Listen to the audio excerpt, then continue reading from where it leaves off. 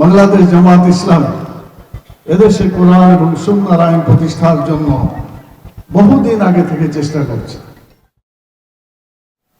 দুই ধরনের আইন, একটা হলো মানব রচিত আইন আর একটা হলো আল্লাহ তাআলার দেওয়া আইন, আসমানের কিতাব আসছে। মানুষ যে আইনে রচনা করুক, ওর ভুল হবে না হবে না? যদি বলেন ভুল হবে না হবে না? হবে।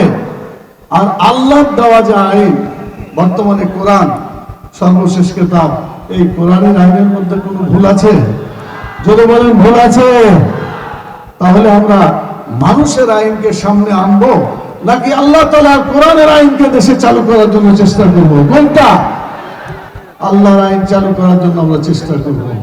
বাংলাদেশ জামাত ইসলামী সেই আল্লাহর আইন সম্পর্কের শাসন প্রতিষ্ঠার জন্য চেষ্টা করছে।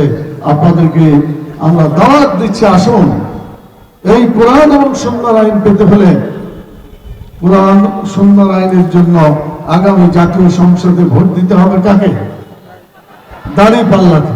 তাহলে কোরআন সুন্নাহর আইন আসবে ইনশাআল্লাহ। অনেকে বলেন, আমাদেরকে বলেন যে জান্নাতের টিকিট বিক্রি করছে, বলছে না? আচ্ছা বলেন, আল্লাহ বললেন যে কোরআন এবং হাদিস দুটাই মানতে হবে। আল্লাহ আতিউল্লাহ আতু রাসূল বলে আল্লাহকেও মানতে বলেছেন, রাসূলকেও মানতে বলেছেন।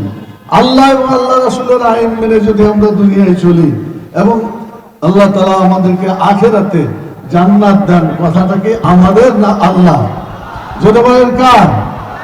আল্লাহ নিশ্চিত করেছেন ঈমান আনার পরে যারা আমল করবে এবং সেভাবেই দুনিয়াতে চলাফেরা করবে, আল্লাহ তাআলা তাদেরকে জান্নাতে পৌঁছাবেন। ঠিক কিনা বলেন? আমরা জান্নাতের টিকিট বিক্রি করি না, আমরা জান্নাতের রাস্তা দেখাই, আমরা জান্নাতের পথ দেখাই। আসুন জামাত ইসলামের পতাকা তলে সমবেত হয়ে আপনি কোরআন সুন্নাহর আইন অনুযায়ী জীবন গড়েন, ইনশাআল্লাহ আমাদের সকলকে জান্নাতে প্রবেশ করাবেন মহান আল্লাহ রাব্বুল আলামিন।